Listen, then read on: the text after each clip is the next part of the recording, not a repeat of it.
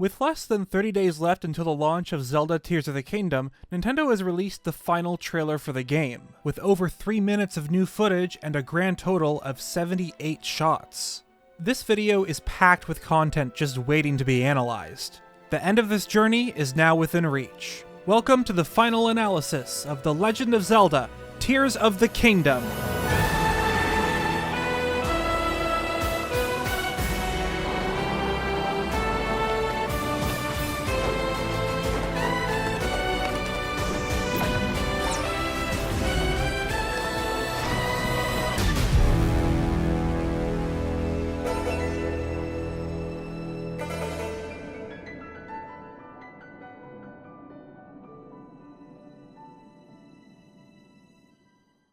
The trailer opens up with a shot of both the Sky Islands and Hyrule's surface. At this point, there's not much to point out here that hasn't already been seen in past footage. However, the shot itself appears to be taken somewhere above the bit to the west of the Great Plateau, close to the Gerudo region. You get a glimpse of the Mount Hylia portion of the Great Plateau, especially during the beginning where the River of the Dead's waterfall is visible. On the closest floating island, we see 3 more of those huge dragon blocks from the gameplay showcase, along with 2 towers. However, both of these are 2 of the 3 we've already seen in Aonuma's presentation. One is situated on this lone rock to the side of Lake Colomo, the other found on Popla foothills. Lake Hylia and its bridge are also visible, along with that same pattern etched into the cliffside. While the angle just barely shows it, later clips will give us a much better look. It then cuts to the surface of one of these islands, where in the background you see a Choo-Choo fighting one of the Zonai constructs. It's interesting that, while both are hostile towards Link, the same can be said for each other. It further solidifies that these robots aren't actually evil or attacking Link out of malice, but instead are probably programmed to protect the floating islands from any sort of intruders. I believe this is also the first time we've seen a Breath of the Wild enemy on one of these floating islands, so it's possible we'll also see ones such as Bokoblins, Moblins, even Lynels. Alas, we never get to see the conclusion of this legendary battle. At first I thought the creature perched atop this rock formation was a Korok, but at further glance it appears to merely be a bird. One of the Lotus Lamps is also broken down, which, much like the ruined constructs of the gameplay presentation, shows how these islands have been around for a very long time. Another one of those buildings with an altar inside is located at the top left of the screen, along with a set of rails to the right, and another shrine atop this island. In fact, if you zoom in real close, it looks like this one also has that green spiraling energy. Next shot is of a ranger construct chopping down one of the golden trees, with an axe we've seen previously.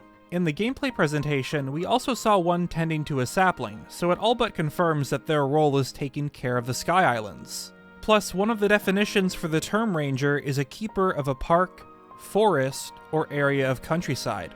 The only other interesting detail is this oddly shaped thing to the left.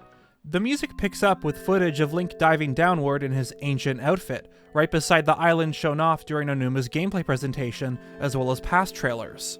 On the way down, we can see one of the shrines which was also seen in the showcase, but unlike before, this one now has that green spiraling energy. Link also passes the massive building, finally giving us a close-up of it, as well as the path leading to it.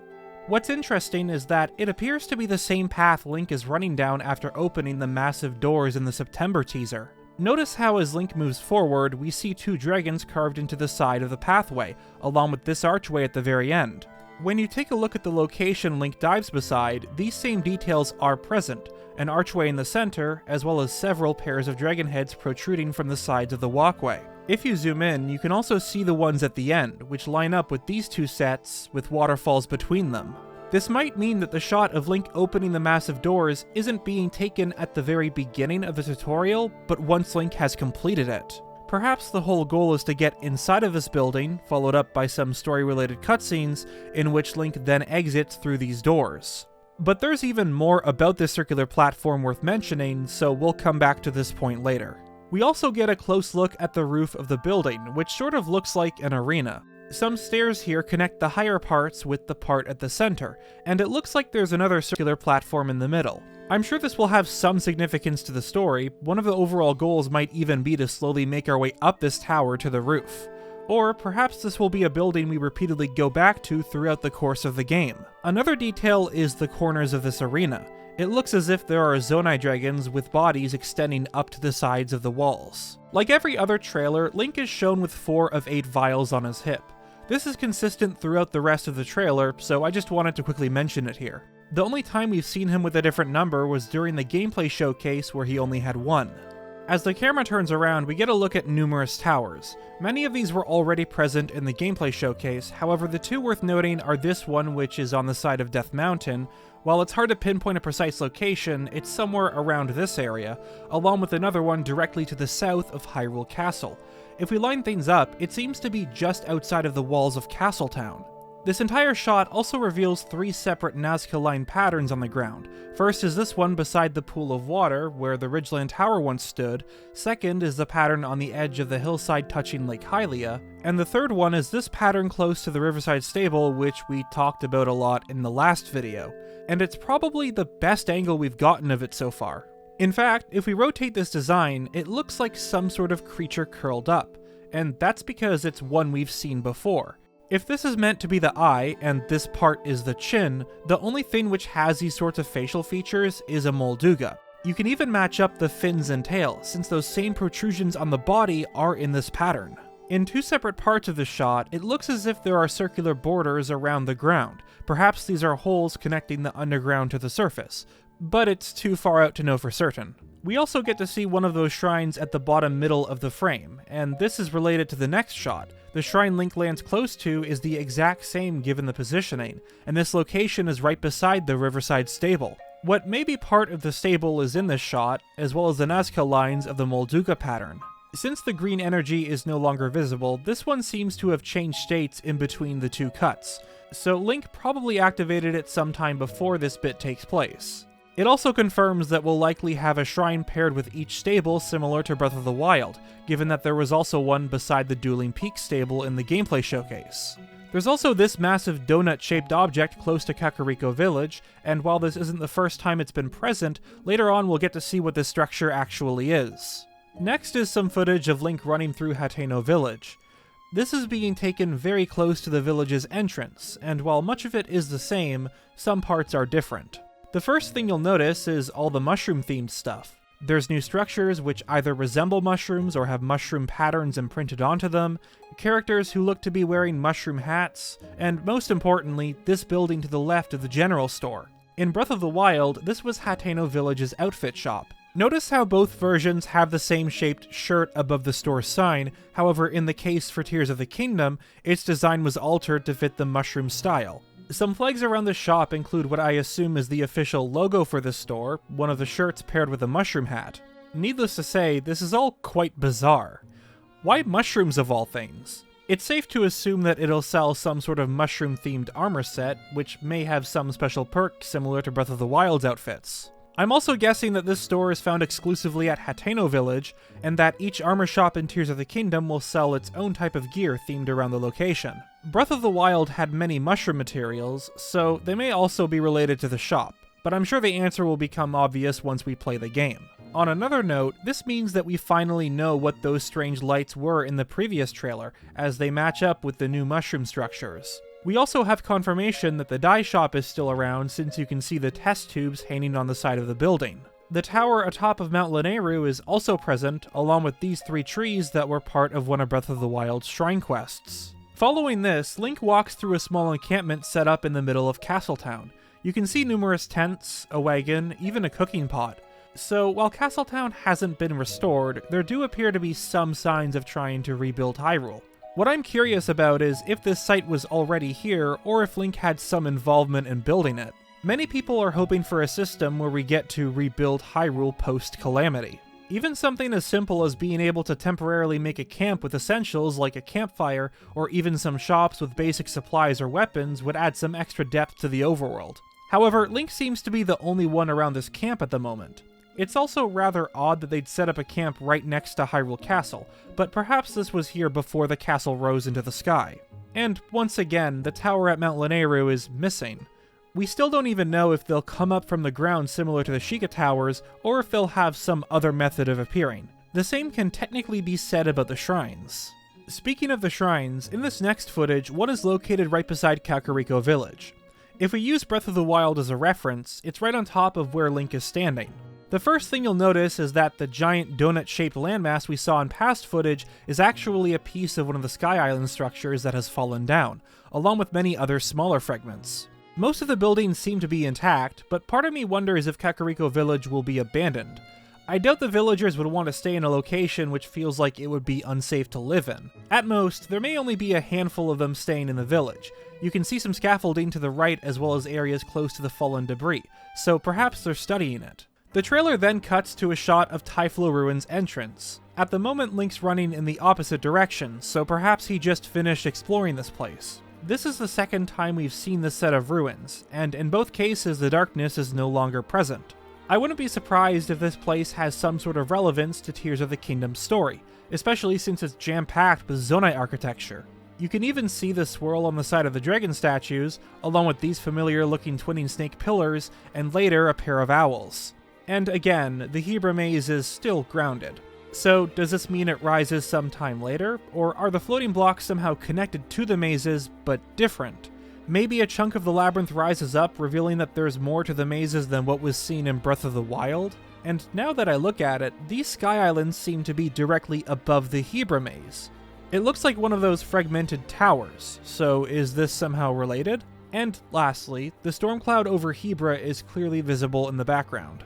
The next series of shots takes place in the Gerudo Desert, where a massive structure emerges from the sand.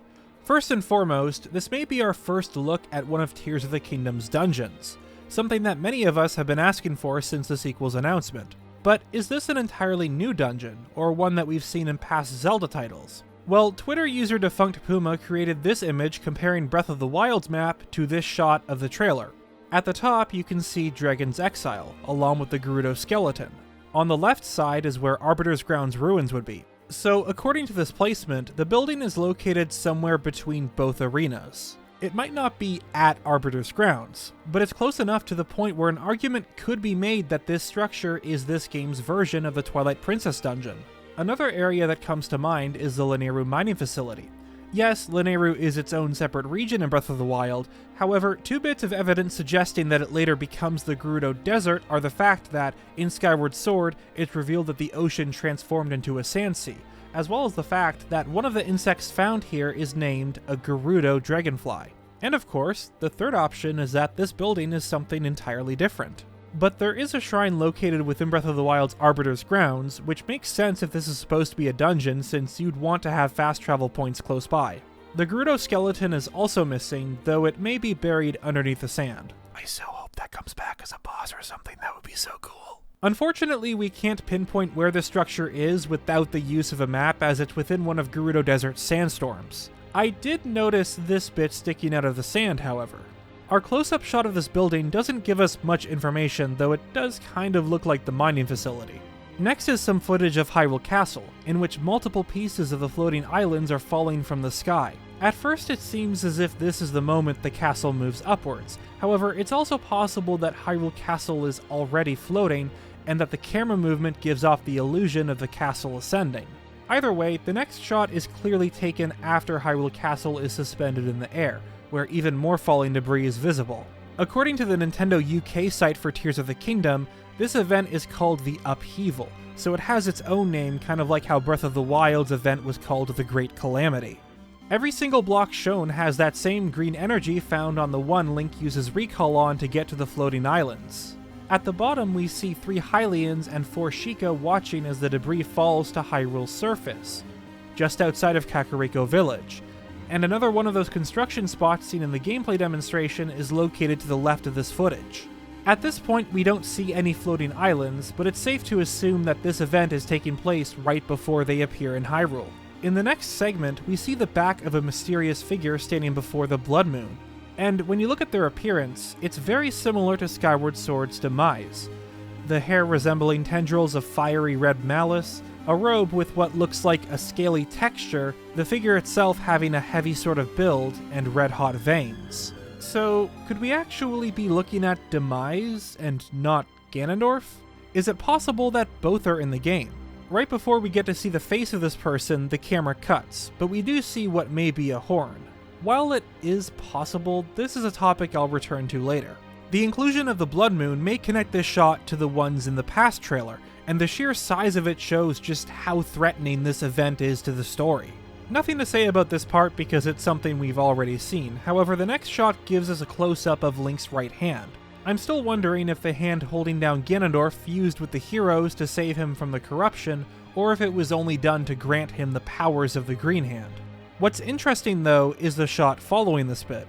At first it looks the same as the one from the 2021 trailer, however near the end of it, both Zelda's hips and left hand begin to glow. Since we see her in later footage, it's possible that this glow somehow saved her from this fall. My initial assumption was that perhaps it was due to the powers of the Triforce, but this is another shot I'll be talking about more later.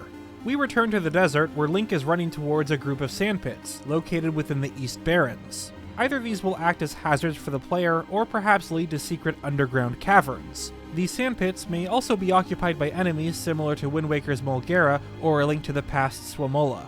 To the right of this footage is another shrine, and while we can't see any of that green energy, one thing this shrine has that the others lack is the green U-shaped outline, likely meant to represent the entrance for these shrines. So, does that mean Link can enter these structures to complete puzzles similar to the Sheikah shrines?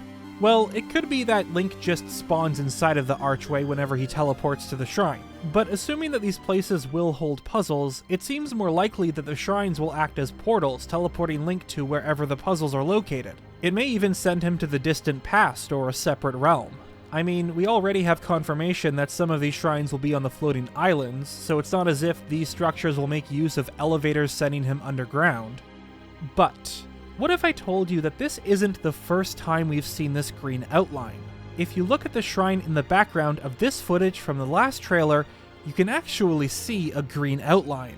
Going back to our new footage, another Nazca line pattern is seen on the cliffside of the Gerudo Highlands region, in close proximity to the Gerudo Tower. One thing not present in this shot, which was in our Breath of the Wild comparison, is Gerudo Town itself. But there does seem to be a sandstorm in the background, so maybe that's the crisis they're facing, similar to the Rito and Gorons, with the storm cloud in Hebra and Malice erupting from Death Mountain. There's also one of those new monster bases nearby. The trailer then cuts to a shot of Link running in what appears to be an underground cavern, and it's huge. Ever since the first trailer, I've been hoping that there would be huge underground sections, so to say I'm excited would be an understatement. Everything points towards this being somewhere beneath Death Mountain. Lava is seen falling from upper portions of the cavern, the air is filled with embers, the rock itself is similar to what you see in Elden, and Link is wearing the Flamebreaker set. Numerous minecart rails are present in the background, and many of them seem to go in and out of the buildings. Perhaps Link is running towards an underground dungeon, or he's currently in the dungeon. In the following scene, Link is standing atop a platform, where numerous airships are flying around. We get a close look at one of them, however, 4 more can be spotted in the background. These could be enemy airships, though the one we see has numerous details linking it back to the Rito. First, the bow of the ship seems to resemble a bird's face. Second are the oars on the ship, which look like feathers. Lastly, in a later shot, Link launches into the air via a trampoline, but if you look closely, it matches the top sail of these airships. On the cloth, one of the patterns used is a bird talon, so the Rito themselves are likely the ones who built these airships. The shot is also taken just outside of the Hebra storm cloud, so perhaps Link will need to use these ships to traverse the storm. Next, Link is seen jumping into a spherical body of water which rises up similar to a bubble. The orb inside has some of that script on it, and may be what allows this mass of water to float. These bubbles are spawned via platforms, which Link can then use to traverse the Sky Islands. Something interesting is how this one to the upper right flashes green. This is likely an indicator that the bubble is going to pop soon. Perhaps the device inside even turns off, sending both the water and Link downward. In this puzzle, it looks like Link will need to wait until a certain point and use his glider to make his way to the next highest platform until he reaches the end. Another detail worth briefly mentioning here is that the architecture looks visually different from the usual Sky Zonai structures. Followed up is a short sequence of Link diving down a massive pit with several lasers. First detail worth noting is what Link is wearing. It appears to be some sort of wingsuit, letting him slow down and have better control during his descent, similar to a flying squirrel. Some believe that this is the same location as the Yiga hideout hole, and the size of it closely matches what Link is diving into. It could also be related to one of those holes on the surface, or even a dungeon. Since Link is wearing a wingsuit, perhaps his place is connected to the Rito. On the edges are patterns found also on Zonai Sky architecture, along with the lotus lamps. And another thing connecting this hole to the Sky Islands are the walls. Notice how the texture of them is the exact same as the floating landmasses, and as Link goes deeper, it changes to normal rock. Some of the lasers deeper down also rotate, so that's gonna be fun to deal with. Sarcasm! The next shot has Link pushing the wheel of some mechanism inside a spherical room which is currently rotating. This may be the result of Link's actions here, however later on Link glides over this spherical island, which also has a massive hole in it. Not only does this imply that both locations are the same, but if this outer shell is rotating while Link is currently outside of the structure, then chances are this mechanism is connected to something else. Now, technically speaking, these two may be different places. In some extended footage where Link is using the flying machine, two separate floating orbs are seen, and we can safely assume that these are the same as the ones in the most recent trailer. But we do have confirmation that the dome-shaped structure from the gameplay presentation is a sort of gumball machine. If this really is linked to that shop icon in the showcase, then how exactly does this work? What items are Link buying? Are the items the orbs themselves, or inside of spherical-shaped capsules? Will there be some element of gacha involved, where the player doesn't know what item they get? Lastly, I want to quickly mention this object on the far right. It looks like some sort of cart with small wheels or something. There's also a hole on the left in the first few frames of this shot. After this, we get our first shot of Link gliding through one of the Lome labyrinths. Or at the very least, something that looks like a Lome labyrinth. Assuming that they do go into the sky, obviously the Zelda team is going to change things up in some way. At the very least, I can confirm that it's impossible for this one to be the Hebra maze. Not because of what I've said in past videos, but because of the fact that you can see the outer wall when inside the maze. The one in Hebra is slightly different in design in that the paths are diagonal to the walls, so there's no part of the maze where the swirl patterns are visible. Nintendo was also very crafty when inserting this shot, because no floors are visible. So this is probably inside one of those floating cubes, and perhaps these labyrinths won't have floors, so you'll have to navigate around with a paraglider. I want to again suggest that perhaps these are chunks that have broken off of the original labyrinths, or maybe these structures were split prior to Breath of the Wild, with one half going up to where the Sky Islands are located. So in reality, this whole time we've only explored half. Another thing I want to quickly mention is that, at this point, it seems rather obvious that the Zonai were the ones to build these. In one of my Zonai videos, I suggested that they were created by the Sheikah to replicate Zonai architecture. So clearly that theory was way off. Lastly, the mesh here is something that, as far as I remember, originates from the Sky Island.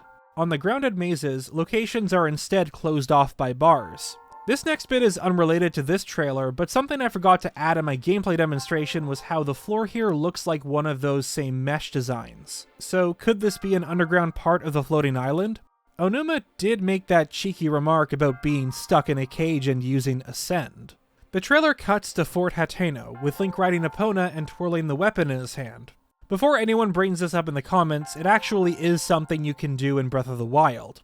However, the spear he's holding appears to be a new type of weapon. Visually, it looks identical to the material the constructs are made of, and it has two of those eye patterns on the blade.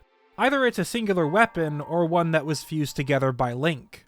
In the background, you see a group of Hylians fighting some bokoblins and moblins. It's interesting how these aren't soldiers and instead civilians. Since most of them perished during the Great Calamity, it looks like Hyrule's residents are stepping up themselves to protect the kingdom and their people. Perhaps they'll be more useful in Tears of the Kingdom, and we'll have occasions where there are larger scale battles between monsters and humans. This leads to our next shot, where an elevator lifts Link up through this tunnel. It's the same one we saw in the previous trailer, as the Sheikah script on the platform also translates to transport.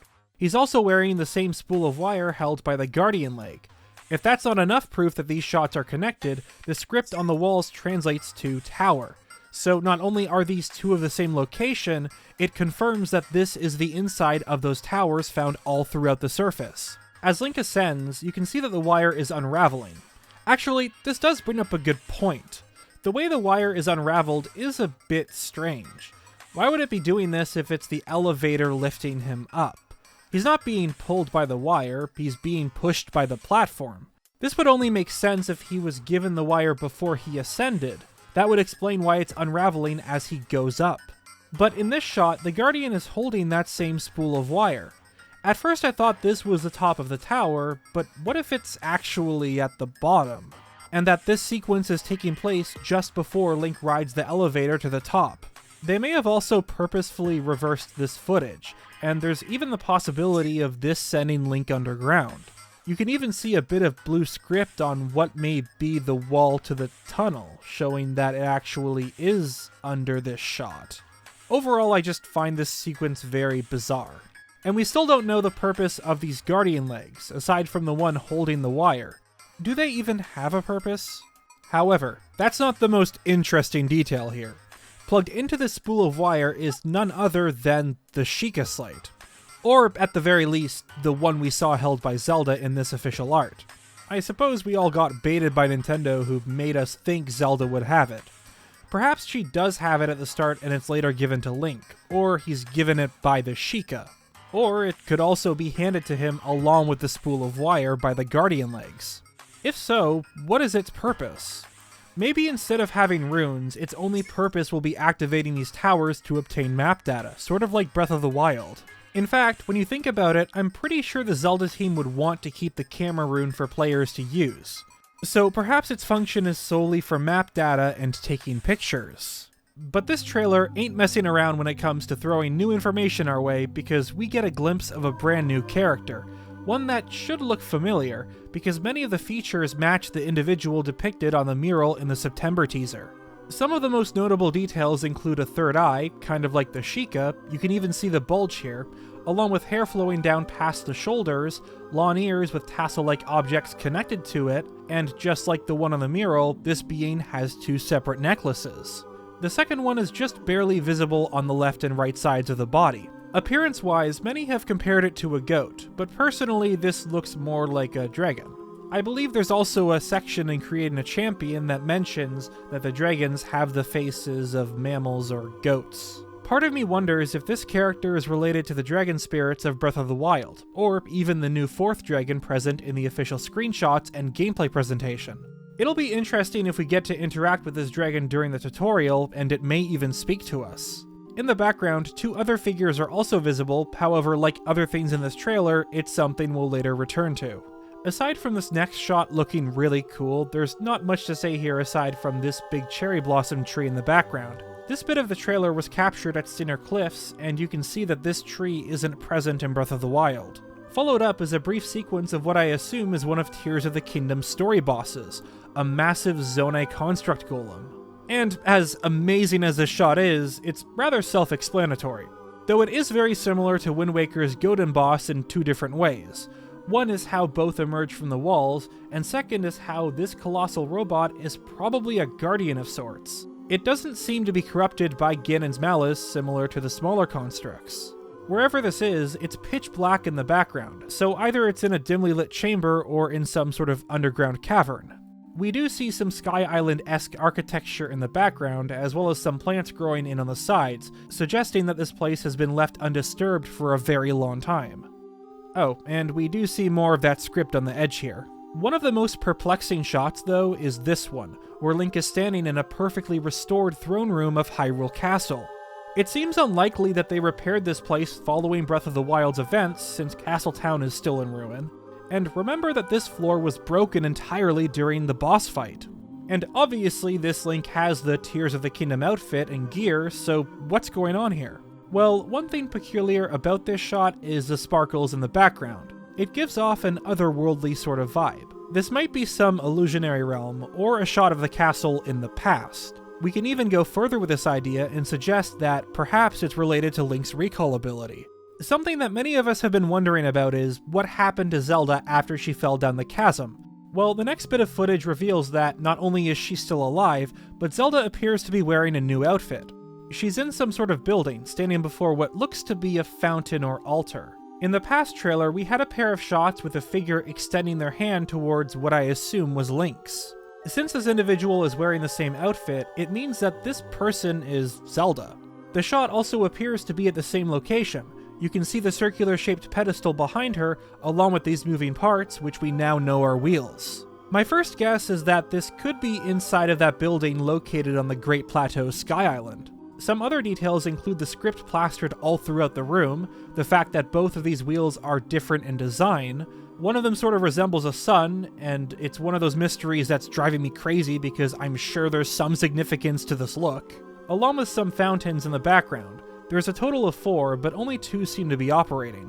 And while it looks like the back is opening up to reveal something, when you look closely at the design of the moving component, it's a perfect match to those parts of the wheel, so it might just be a third wheel. Followed up is a shot of the Korok Forest, along with the Master Sword. Link's right hand reaches out to grab the blade, and this raises numerous questions. First, this shot takes place before Link's arm was attacked by Ganondorf's malice. Second, we still don't know if Korok Forest is still around for Tears of the Kingdom.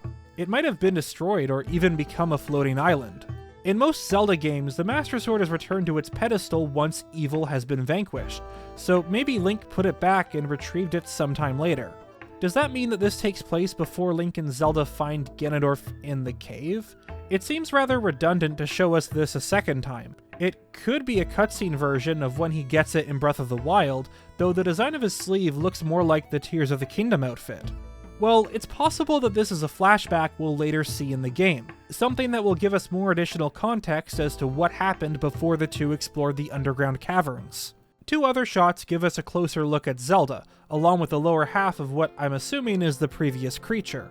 Aside from the long flowing hair, which we see extending down past the waist, nothing else resembles the outfit the figure on the mural is wearing. And in case it wasn't already obvious, yes, this may be related to the Zonai, especially given the dragon-like appearance. One thing I do want to address though is that it is technically possible that this figure isn't the same as the one shown here. Remember that this could be an entirely new race. But obviously there is a connection between this one and the one seen in our previous clip, and I do personally believe that they are the same person. However, what's by far the most significant detail is the fact that, as he places his arm on Zelda's shoulder, his arm bracing is exactly the same as Link's. Thus, it's very likely that the arm pinning Ganondorf down in the past trailers belongs to this individual. In other words, he's the one who sealed the Gerudo cane. But let's talk a bit more about Zelda. Part of her outfit includes a pair of earrings based off of those lotus lamps on the Sky Island architecture. She's also wearing a necklace with an object that will be very relevant later on. And one of the Zonai Dragon statues is also located in the background of this footage. Anyone who's been following my Twitter may recognize this next shot since it was accidentally leaked by Nintendo UK the day before the trailer dropped. It's a close-up of Link crouching down, riding the same flying contraption seen in the September Direct. We get a much closer look at the pattern etched into the circular part, though given the angle it's still difficult to see. One of the floating islands in the background looks similar to the one Link was using Ultra Hand on to rotate in the previous trailer. The second shot is taken much farther away, giving us a good look at Hyrule's landscape. First off, another one of those gumball machines is seen to the left, along with a Nazca line pattern beside Lake Hylia. Link might be able to summon this mount when free-falling and use it to glide around the sky. It's not flying, it's falling with style. There's also another one of those dragon blocks floating in the air. I wonder why some of them are by themselves and not on the Sky Islands. Next, Link parries a hit from one of the 2 soldier constructs he's fighting. He does this by fusing a Royal Claymore with a Royal Shield. Normally, it's not possible to both hold a 2-handed weapon and shield, so this just goes to show how fusing weapons will allow us to do things that weren't possible in Breath of the Wild. We've already talked about Link gliding over this floating sphere, but I want to direct your attention to the background. Once again, we can see that there are streams of malice extending upward to the sky, or at the very least, that's what I initially thought. However, some later footage may tell us what this stuff is. I marked down the points where this viscous fluid was falling. The hardest to pinpoint is this one where there's a cloud in the background, however, it's dropping somewhere close to where Breath of the Wild's fairy fountain is. Second is at Ploymus Mountain, where Link had to collect the shock arrows. And the final location is where things get interesting, since it's falling into the East Reservoir Lake, the place where Vah Ruta used to be. You can even see it piling into the water. This may be the crisis the Zora are facing. Their source of water is being poisoned by whatever this substance is, and this body of water just so happens to flow right into Zora's domain. It's also interesting how much of the Sky Island architecture includes this ripple pattern, as it was also found on Sheikah technology. Maybe it was the Zonai constructs and Sky Islands that acted as inspiration for the Sheikah, who made their own mechanisms such as the Guardians and Shrines. The next shot takes place somewhere in Death Mountain, where Link dodges an incoming attack by what looks like a Goron. However, many were quick to point out its similarity to Negeron, an enemy from Majora's Mask's Ikana region. These creatures attack the player by rolling into them. Not only that, but it's said that these enemies smell of gunpowder and explode when hit. In the trailer, the creature sets itself on fire when rolling into Link, and causes an explosion once it hits the wall of the cave. You can even see 2 Goron children in the tunnel who look like they're covering their faces, cowering in fear. Some frames also reveal that the enemy has some sort of chain wrapped around it. As Link dodges the attack, you can see that the weapon he's holding is a Cobble Crusher. Not only that, but it appears to be a claymore fused to one of the Moblin horns. The reddish bits of the wall sort of resemble what you see on Sheikah technology corrupt with Ganon's malice, so has the malice corrupt the rock itself? It makes sense as Death Mountain is shown erupting with malice. Next is the shot where Link uses one of the airship sails to launch himself into the air, along with a Rito child named Tulin. In Breath of the Wild, he's the son of Teba, the one who aids Link in his attempt to infiltrate the meadow. It's interesting that Link is accompanied by Tulin and not his father, and later he appears in 3 other shots. He's even wielding Revali's signature weapon. Something else you may have noticed when watching is how there are these blue stringy lines coming from his body, sort of like the ones from the bomb runes. My theory is that this is Link's replacement for the bomb rune, and that he'll be able to throw Tulin at enemies in which he explodes. Given the snow and airships, it's obvious that this is taking place somewhere in Hebra. Link might be just outside of the storm cloud, or even in it. You do get a faint glimpse of Death Mountain and the erupting malice in the background. As Link ascends in this shot, you can see numerous floating islands, as well as the searchlights of 2 constructs, and one of those green spiraling shrines. This whole thing looks like a platforming sequence where Link needs to make his way up. The starting point might even be the shrine located here. Following this, Link is pulling a wagon with 4 passengers across Hyrule. We can see that, like other vehicles, this one has been put together using his Ultra Hand ability. The body of a wagon has been attached to 4 wheels, and rather than being powered by any sort of ancient technology, Link's horse has been fused to the cart. I honestly never thought of the idea of having literal horsepower be the thing that moves his contraptions, but all of a sudden it opens up so many more possibilities. You won't need to worry about always having to find machines to power your vehicles.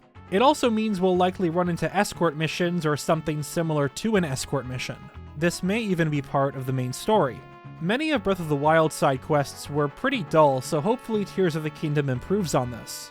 All 4 of these passengers appear to be Hylian. This one in particular sticks out. He reminds me of a mayor sort of character. Coming up is one of my personal favorite parts of this trailer. There's nothing particularly interesting about what Link does. We see that he can use his recall power to deflect the boulder back to a rock Octorok. However, this is actually being captured in a part of Death Mountain where there was once lava. Keyword, once. In Tears of the Kingdom, it seems that all of this lava has been drained, possibly due to Death Mountain being inactive. On one hand, it is stated that Rudania caused there to be more lava around the area, but this is also likely due to the malice coming from the crater. Because areas that once had lava are now drained, it will no doubt uncover several hidden passageways and/or other secrets. Our goal may be to find a way inside of this crater where we'll find an entrance to an underground dungeon thanks to the receding lava. In fact, as the camera turns around, what appears to be a tunnel is visible. Another huge hint towards Death Mountain being void of any sort of lava is what Link has equipped. Notice how he's using his old wooden shield. Normally this item would burn up regardless of whether he has fire resistance or not. A set of minecart rails is also visible in the footage, along with one of those massive fossils. After that, Link uses some sort of rocket to fly upwards on Eventide Island. You can see those familiar rocks in the background, as well as a landmass on the other side of the ocean. Link passes some bokoblins on the way up, and it looks like there's a tent on the shoreline. The rocket-like object seems to be fused to a shield. It sort of resembles the shields held by Guardian Scouts and the one purchased in the Akala Tech Lab.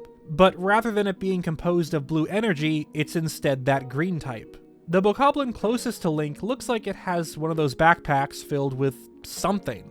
What's the deal with this rocket though? Is it something that Link just finds lying around? It doesn't look like something that's being used as a rocket, it's literally shaped just like one. Perhaps it's a missile or something? Will we be able to fuse it onto vehicles and make rocket ships? We're taken back to one of the Sky Islands now, where Link hops across some floating platforms. Not only does he jump higher than usual, but he's much more floaty in this section.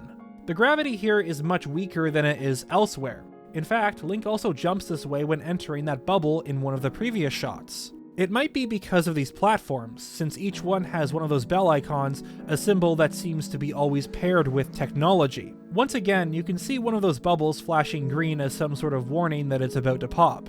But the biggest detail is once again found in the background. Some sort of tar-like substance is flowing down the Sky Islands and onto Hyrule's surface. It looks like malice, but also doesn't.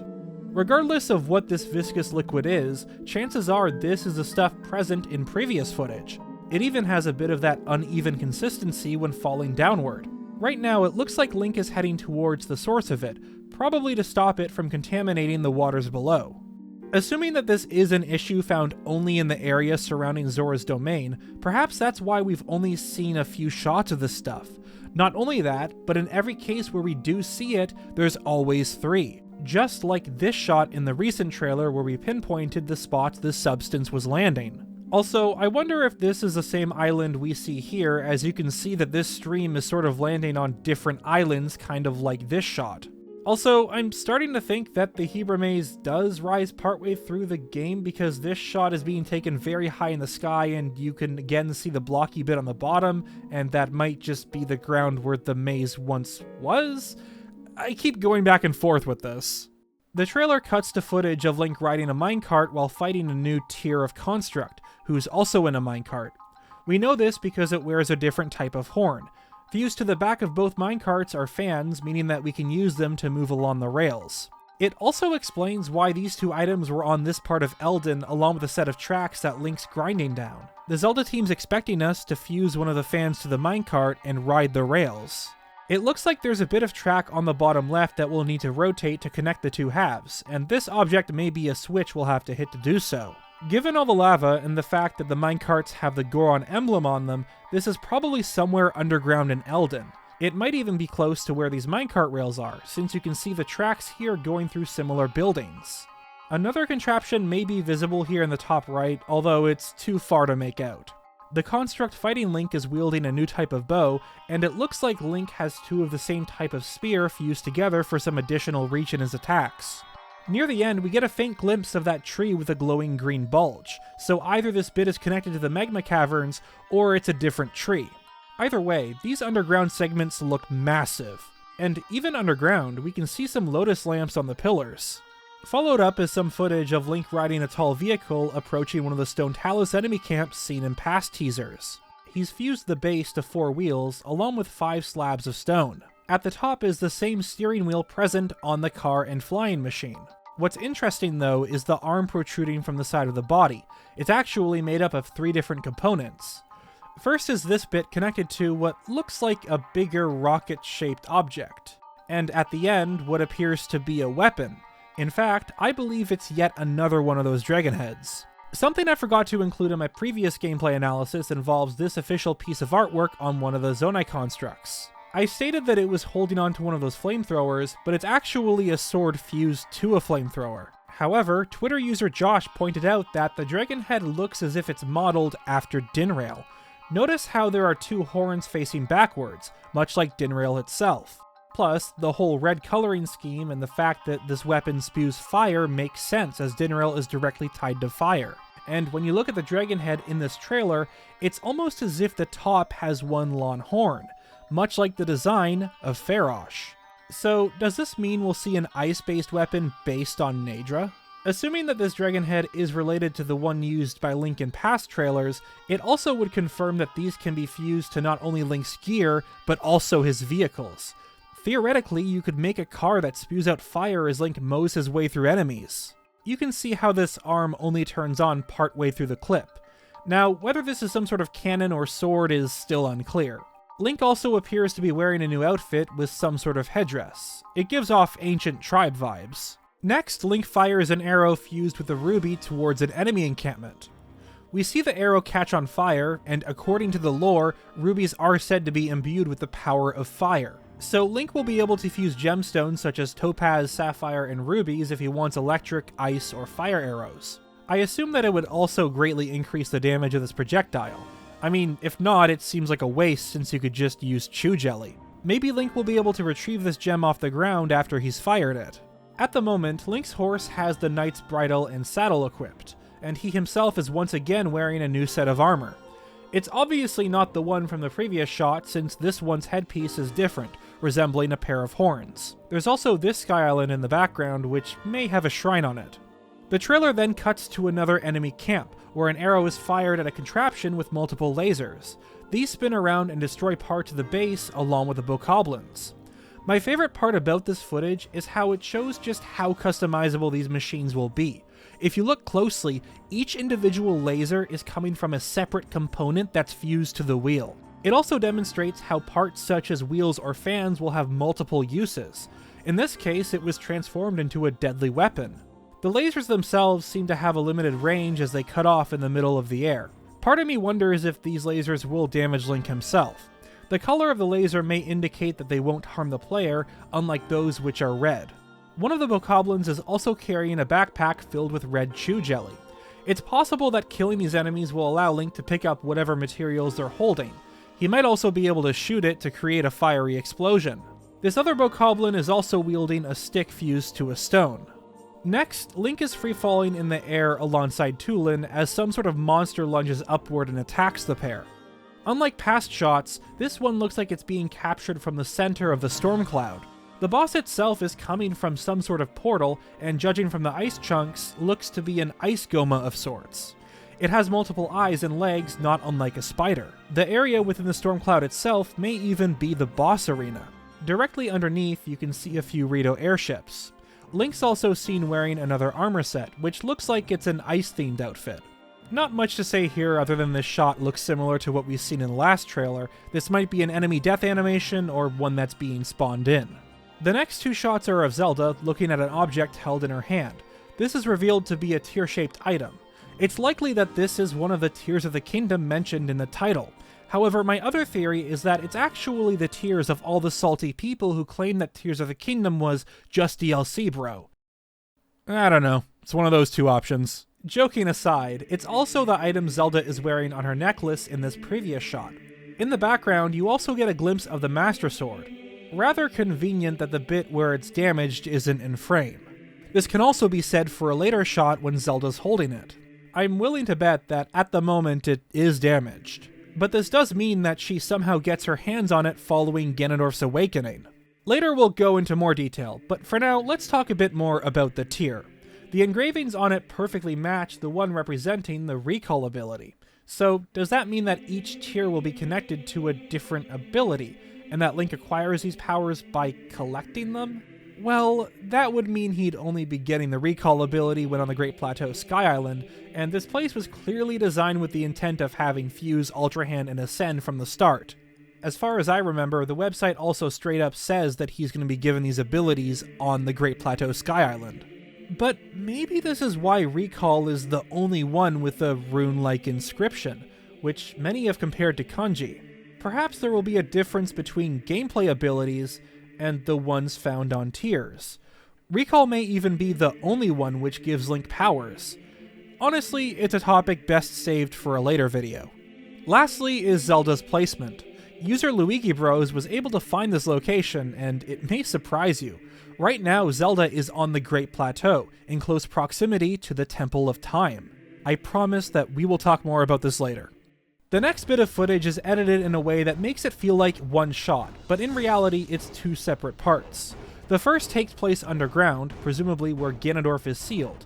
Malice erupts from what I assume is the hole in his chest, a shot which may take place right before this one where we saw Malice hit the ceiling. The second bit looks as if it was captured outside, where one massive beam of Malice collides with the sky. It almost looks as if it's striking some sort of invisible barrier. The first thing that comes to mind is Skyward Sword's cloud barrier, which protects the people from the dangers of the surface below, so this might be related to that. In fact, this may be how the floating islands enter Hyrule. Ganondorf breaks a barrier separating the two realms, causing these landmasses to drop down. Next, there's a shot of some malice missiles spawning in monsters, and we get our first look at Lynels, specifically the blue-maned, white-maned, and silver Lynels. Like every other enemy, they have different horns, along with entirely new weapons.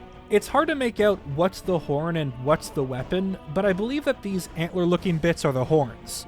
The weapon on the far left looks like a new type of crusher, and this one may be a katana or some sort of lawn sword. Followed up is a shot of Ganondorf's malice going after the Master Sword and later Link's arm. An interesting detail is how this blade glows in the presence of the Demon King, and despite this, Ganondorf is still able to overpower it with his malice. It has the power to repel evil, and even then it's not enough, showing just how powerful Ganondorf is at this moment. You can even see the moment Link's arm gets damaged by the malice, to the point where it's literally burning away his champion's tunic. And, of course, after waiting all these years, we finally get to see a rehydrated Ganondorf. The first two shots show him spreading out his arms, followed up by a close-up of his face. He then lets out a scream as the jewel on his forehead lights up, surrounded by malice. However, while it's a bit difficult to make out in the trailer, some official screenshots reveal that the glowing gem is actually a tear. For some reason, Ganondorf is holding one of the tears of the kingdom, and this just raises even more questions. Now, remember when we previously discussed this shot of the figure standing before a blood moon? Well, on both sides of him are pillars which are also present in the shots where Ganondorf spreads his arms. But if this means that this shot takes place right before our previous footage, does that mean that Ganondorf is transforming into Demise? Well, perhaps this is Ganondorf simply powering up, and all of the connections to Demise are merely references. Notice how the robe worn by Ganondorf in both present and past teasers is only draped over his left shoulder, and that's exactly what we see when looking at our other shot. Notice how there's no robe covering his right hand. In fact, I believe that the Ganondorf we're looking at is the same one depicted on the mural shown at the very end of the trailer. On the far right, we see a towering figure closely resembling Ganondorf following this transformation. You can even see that this mysterious figure has a horn of sorts when turning towards the camera, much like what's seen in this footage. In one of QuestWithAaron's videos, he talks about how Demise is instead referred to as the bringer of demise in the Japanese version. So, rather than a name, it may be a sort of title. Thus, you could say that Ganondorf is simply transforming into a demon here. He's becoming the bringer of demise. Remember that the real name for Demise's curse is the Curse of the Demon Tribe. Of course, I don't want to get too off track here, so I'll have a link to Aaron's video in the description. The next interesting bit about this shot is where it's taking place. It's on top of the Great Plateau, directly above the Shrine of Resurrection. It's rather odd, since if we assume Ganondorf was sealed underneath Hyrule Castle, why would he travel all the way to the Great Plateau? Don't worry, because there is much more to this mystery than you think. The trailer cuts to a shot of Link running from some sort of shark-like creature, similar to Wind Waker's Gyorg enemy. It's entirely made up of malice, and closely matches the color scheme of Naydra when it was possessed by Calamity Ganon. It almost looks as if it's coming from the ground and splashing back into it. Also, it may be that this isn't actually the enemy's form, rather the malice is taking the shape of a shark as it attacks Link. But there's a good chance that whatever's making up the body of this creature is the same substance leaking down to the Sky Islands, so it does seem like this is malice of sorts. Similar to Naydra, it could also be an aquatic creature possessed by the malice. Visually, the structure Link's on looks to be a mix between Zonai Sky Islands and Zora architecture, given the pillars and script. Next is a quick shot of Tulin and Link falling downward. The structures they pass look similar to the ones from this bit, so this might be a cutscene that plays just before a boss fight. Things get real spicy with this next series of shots. First is a glimpse of a new character, a golden glow coming from her right hand. There are several theories as to who this is, such as Hylia, a Zonai, Zelda who's channeling the power of Goddess Hylia, the list goes on. For now, I'm simply going to give my opinion as to who this mysterious person is, because that's a whole other topic that would simply take too long to include here. The outfit this individual is wearing is almost identical to Zelda's. You have the lotus earrings, the necklace with a golden tear, and the same bracelets. While there are some details that don't perfectly match, like the shape of the two headpieces, the length of the ears, and number of tears under the eyes, in my opinion this is meant to be a Zelda, just not the Zelda. You'll notice how this one shares many similarities with the one on the tapestry, specifically the blonde hair and dark skin. But I don't think it's meant to represent this Zelda either, rather a much older, more ancient Princess Zelda, one that was around at the time Ganondorf was first sealed. It's important to remember that the story of the battle 10,000 years ago wasn't when Ganondorf was sealed. It was just one of many appearances of Calamity Ganon, a monster born out of the malice of the Gerudo King who's presumably sealed beneath Hyrule Castle. Another quick thing is that this may be the same person Zelda describes seeing in one of her dreams. Also, the fact that both Zelda and this figure have a different number of tears under their eyes feels very intentional. Perhaps it's related to the story, maybe there's a total of 8 tears. In the following shot, a massive blast of golden light is fired from the Great Plateau. It's very similar to the lasers fired by the Divine Beasts during the Calamity Ganon boss fight. One detail that's easy to miss is the pattern on the Great Plateau walls. It's one you'd normally only find on Sky Island architecture. So does this mean that the Great Plateau itself is somehow related to all of this? Rome does tell us that this was the birthplace of the Kingdom of Hyrule, and it's funny to think about this since I have a much older theory where I discussed how maybe the plateau was its own landmass that could fly in the air. It's not really a good theory, but I do find it funny that it could be the case.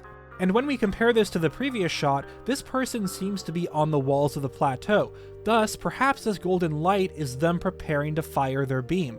This beam hits a horde of Molduga who are sent flying in the air. I kind of feel bad for them, to be honest.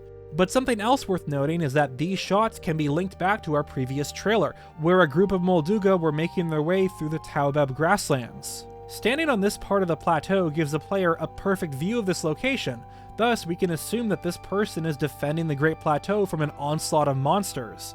With that said, it's likely that this whole sequence is taking place in the past, which would explain why this individual is here, assuming that it is meant to be an ancient Zelda. It kind of sucks though, because if this is a cutscene, it means we probably won't be able to fight hordes of Molduga. Next is a shot of Riju, another character from Breath of the Wild who looks as if they're using Urbosa's Fury. It's never stated in-game that she's a descendant of Urbosa, so seeing her use this champion ability all but confirms it. Both she and Tulin seem to have aged a considerable amount, so Tears of the Kingdom may take place a few years after the events of Breath of the Wild. Not only is she using what looks to be Urbosa's Fury, but she's also dual-wielding 2 Scimitar of the Seven, Urbosa's signature weapon. And in some of the still frames, it looks as if she has one of those tear-shaped gems as an earring. Link is then shown standing among a group of people, 5 Hylians, a Goron, and Gerudo.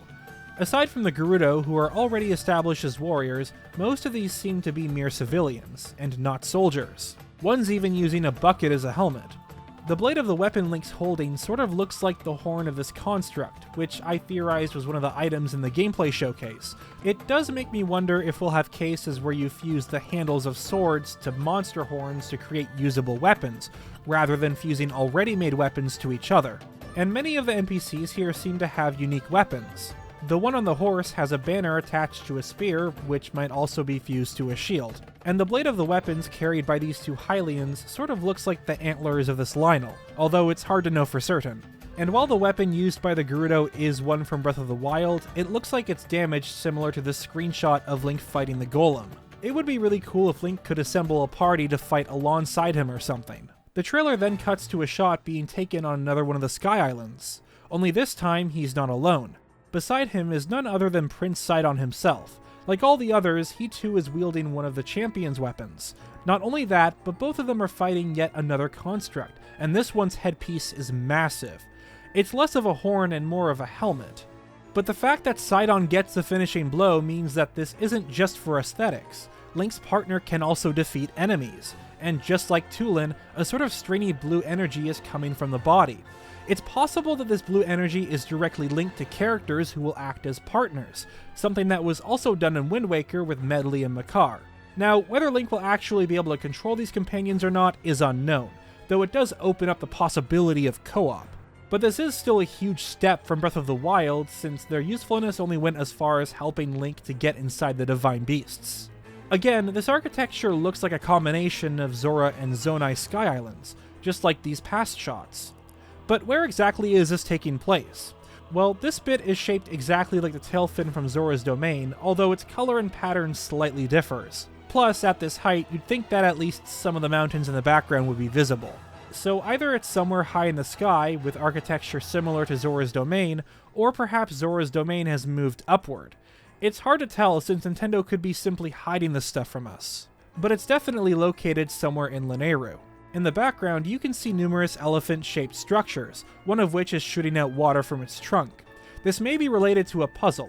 In fact, this whole Sky Island could be an open-air dungeon. There's also this malice shooting upward, and it looks like it's coming from that tail fin. Perhaps this is an enemy spawner, or it's what's spawning that Tari substance which is leaking into the domain, and both of them are trying to stop it. Both weapons held by the constructs also look new.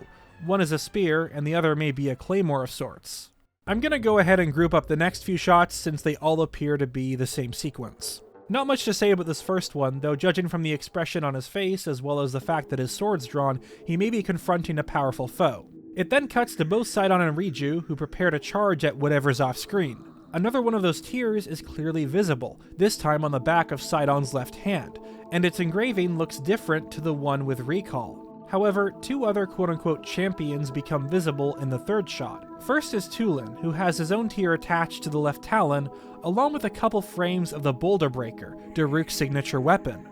And this information alone is enough to make a whole video off of. But let's first talk about the tears. Clearly these will have some sort of importance to the story, given the title and the fact that people such as Zelda and Ganondorf are in possession of them. But not only do these tears look visually different, but each one is associated with a different character. At the moment, we have the golden tear held by Zelda and this mysterious character, a reddish tear on Ganondorf, and ones in the possession of Riju, Sidon, and Tulin, their colors being orange, blue, and green. It's very similar to Ocarina of Time Sage Medallions, each representing a different element. So why are these tears being held by different characters? Well, perhaps one of Tears of the Kingdom's goals will be reassembling a group of sages to defeat Ganondorf. When you look at past shots with Tulin and Sidon, neither of them are in possession of the tears that they're later shown with, so perhaps each champion accompanies Link to solve whatever trouble that race is facing. Tulin with the storm cloud at Hebra, Riju whose town is engulfed in a sandstorm, Sidon and the poisoning of Zora's domain's water, and the Goron at Death Mountain, which for some reason is erupting malice. Aside from stopping these natural disasters, another goal will be retrieving the tears and thus awaken them as sages. Previously we talked about how each rune paired with the tears may be purely story-related, and the one held by Tulin is very similar to the inscription on the Collector's Edition's pin set. In fact, given how Zelda's may be responsible for the recall power, that may be the Tear of Time. These dungeons could also be split between two open-air ones and two underground. The shots with both Tulin and Sidon take place on the floating islands, and in the desert we see a temple of sorts rising from the sand. And we've already got two looks at a massive underground cavern assumed to be somewhere below Eldin. Now, it's finally time to talk about this scene.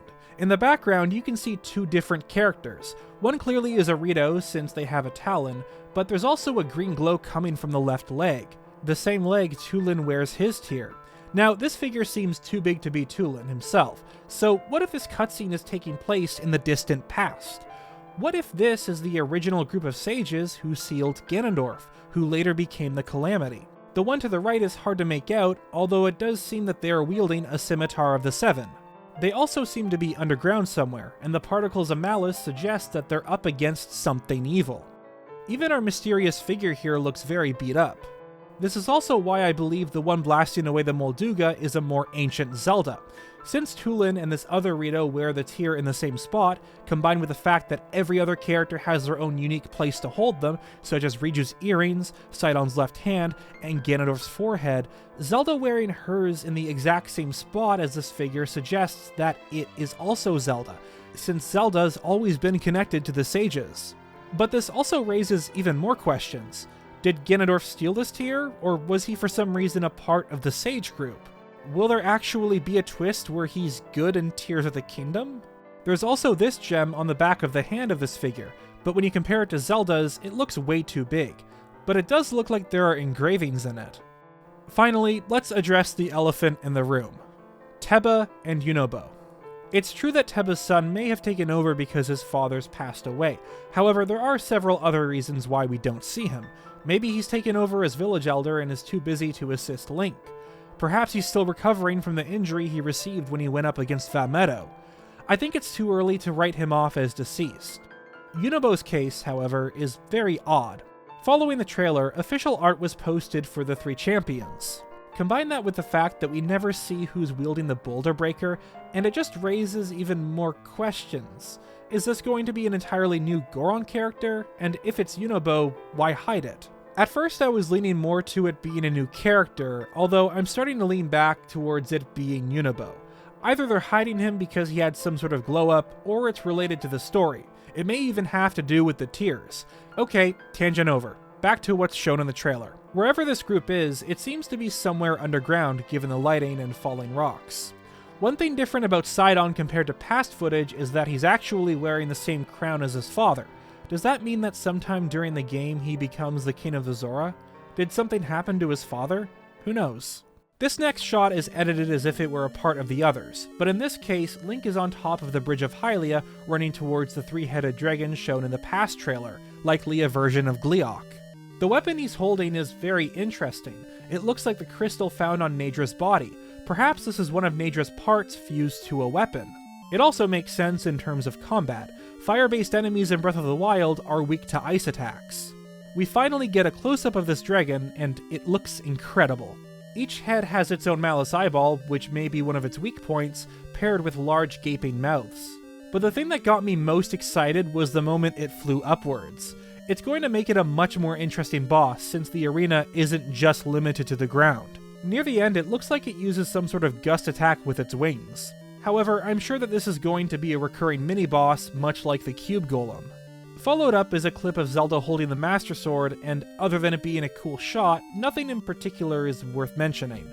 Again, they do a great job at hiding the bottom half of the Master Sword. Before our last 2 shots, the trailer semi-closes with the title and mural. This time, however, we get to see more of the top and right parts. We've already covered the figure that is most certainly Ganondorf, but we have confirmation that these parts were wings of flying enemies, possibly these amphibian-looking ones from the last trailer. And lastly, we get 2 final shots of Zelda. While the first one doesn't give away much, she's still holding the Master Sword. The second footage is captured much farther away, revealing that she's standing on top of a circular platform with an altar in the middle and dragon heads protruding from the sides. And that's the trailer, so we're done, right? Well, not exactly. There are some significant details hidden in this final clip, things which not only provide us with some much needed answers, but also lead to some additional remarks regarding past footage. However, I want to be clear in stating that much of what we go over is in the realm of theories and speculation, and I do plan to cover at least some of these topics in later videos. With that said, let's get right into it. One of the first things you'll notice is that the platform Link dives beside in one of the first shots is very similar to the one here. Both are circular shaped, have a rectangular pedestal/altar, and a pair of dragons with waterfalls between them. You can just barely see the flowing water in this shot with Zelda. However, I didn't want to come to any conclusions immediately. After all, this could be a similar looking platform unrelated to the one on the Sky Island. The following is a layout of both scenes. First is the shot we see when Link falls, where we get a full look at the platform and positioning of things. Second is of Zelda and what's visible with the current camera angle. Normally it would be difficult to know for certain whether this is the same place, as only part of the platform in example 2 can be seen. However, because the pedestal in the center is rectangular, it helps with analyzing this. The problem with the current positioning is, assuming that both are meant to be the same location, this pair of dragons should instead be the archway, but nothing's stopping us from rotating the second shot to fit the first. By rotating this platform 180 degrees, it fixes this issue. The gate is still present, it's just that it's now off screen. However, a new problem has come up. If this is the true positioning, there should be a pair of dragon statues in this spot. Well, let's take a closer look at the circular platform itself. Look at how the dragon statues on either side start at this inner ring, and how on the side with the missing dragon statues, everything past that ring has broken off. But if you look closely, you can actually see remnants of two dragon heads that were once there. The first is the easiest to spot since the whole lower half of it is still present on the platform, and the other has this tiny chunk. Not only that, but there's a small indent in the spot between them, where we can assume there was once a waterfall. This not only suggests it to be the same spot Zelda's standing in the trailer, but it also is the biggest evidence towards time travel, since Link is seen diving beside a much older, broken down set of ruins. The only way it couldn't be time travel is if there just so happened to be another platform looking exactly like this one, or if it's in an entirely different realm. Is Zelda stuck in the past? What if this location marks the end of the tutorial section in Tears of the Kingdom? Perhaps Link's whole goal is to find a way in this building, in which a story cutscene plays, and he then goes through these massive doors to reach the platform. But what exactly happens at this platform? Recall this shot where Zelda falls into the chasm. Both her waist and left hand begin to glow. I believe that this may be the moment she's sent to the past. But how? Well, we know for a fact that at some point in the game she gets her hands on the tear directly linked to recall, so it may have been that power which sent her back through time. As Zelda's falling, notice how her left hand is closed, almost as if she's holding on to some sort of object, the same hand that glows shortly after, meaning that it's possible she gets her hands on it as early as before Ganondorf wakes up. It might even have to do with why his seal breaks. But there's more. Remember that footage included in the Tears of the Kingdom delay announcement? You can clearly see that there's some sort of elevated surface in front of him. So is this perhaps the same platform as the other two shots? Well, this just raises even more questions. For example, why does he have the Master Sword here if Zelda has it? Why is the recall rune glowing? Maybe Zelda left both the Tear and Master Sword here for Link to grab right before he leaves the Sky Islands. But even this possibility has one glaring flaw.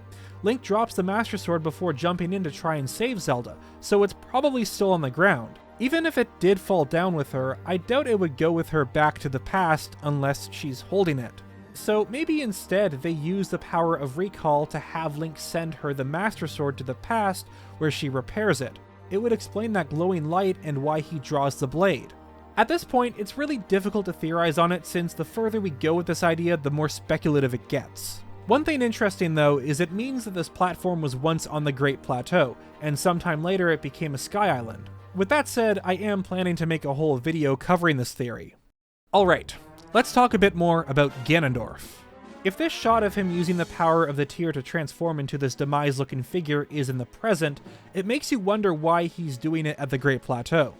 Either he traveled all the way from Hyrule Castle to this location for story-related reasons, or he's not actually sealed underneath the castle. But what if this isn't Ganondorf in the present? What if these shots are him in the ancient past, sometime before he was sealed by the Green Hand? There's an argument to be made for both sides of this debate, so let's start with why it would make sense. As previously noted, this demon form of Ganondorf looks very similar to what's present on the mural, which may be because this is the same person who battled the sages in the past. Next is the fact that Ganondorf doesn't appear to have any sort of injuries in this shot, best example being the massive hole in his chest. Plus, his robe looks like it's in much better condition here compared to the corpse sealed underneath Hyrule Castle. Now to talk a bit about his hair. Nintendo posted official artwork of Ganondorf on their Twitter, and you can clearly see the hair bun and ponytail look. Now look at his hair following the transformation. It's clearly different, and it's the exact same as the hair on the Ganondorf sealed underground. Two other things which lead to this conclusion are the fact that 1. We have several shots heavily implied to take place in the past, like this one with the Goatman/Dragon person, as well as a mysterious woman defending the Great Plateau from Molduga. And 2. The Great Plateau itself seems to be much more relevant to Tears of the Kingdom. The fact it's being attacked by Ganondorf's monsters, the sky runes on the wall, that this is the location Zelda is at in the last couple shots. Perhaps this all has to do with why Ganondorf is at the plateau. And the platform he's standing on isn't even there in Breath of the Wild. Unfortunately, there are two problems with this theory at the moment. First is that you can see part of the damaged plateau walls, and in the same shot, one of those green spiraling shrines is visible. So how could Ganondorf be in the past if things you'd see only in the present are also visible. I'd understand if the broken walls were developer oversights of sorts, but the existence of the shrines is a pretty big oversight in my opinion. Unless we're to humor the idea of these shrines letting the player explore two different Hyrules, one set in the past and present, which I highly doubt's gonna happen. I mean, I suppose these shrines had to have been built sometime, so maybe they were on Hyrule's surface once, and they were hidden, and they were revealed again. It's hard to say, but I do believe that there's a case to be made here. On the topic of the past, some additional screenshots were found on the back of the Tears of the Kingdom digital download cards in Japan. This one in particular I find to be the most interesting since it shows the two new characters interacting with one another, and this further suggests that both of them were around at the same time. And all of the shots related to these characters have already been established as scenes which may have taken place in the ancient past. This interaction also means that the two featured on the mural are likely to be these characters. One of them could be present-day Zelda, but assuming their mural's about the past, then she should have short hair. And this is where things get rather dark. Remember that shot of the princess-like figure hovering over Malice? And that person standing beside her? When you compare the outfit to the Ganondorf on the mural, it's almost identical.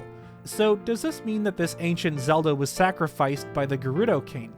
He could have even stolen this princess's tear, which has now been corrupted by his dark power, leading to the transformation into a demon. Recall that one scene where his malice is overwhelming the army. Is it possible that these events head in the same direction as the Fallen timeline? What if Ganondorf won, thus the sages had no choice but to seal him away rather than destroy him? Maybe I'll talk more about this some other day, because in case you couldn't tell, this video's already massive. And with that, this analysis for the final trailer to Zelda Tears of the Kingdom has come to an end. I want to thank you all for watching this video, especially those on my livestream who are analyzing this trailer with me, those on Twitter who sent me interesting observations, and lastly, other content creators who participated in discussion as it greatly helped with compiling this information. I also want to thank RMFH and Luigi since there are a few shots I couldn't find which they managed to pinpoint in their own separate videos. And, of course, you guys for the continued support of the channel. These past 4 years have been incredible, and I'm glad to have been on this journey with all of you. I just hope that my videos, along with others, have made waiting for Tears of the Kingdom at least a bit more tolerable. I've been NintendoBlackCrisis, and I'll see you all next time. That voiceover is done. Now if you'll excuse me, I need to go lie down and take a nap after that 3-hour recording. Actually, who am I kidding? I'm gonna have to edit this whole thing now and get it up.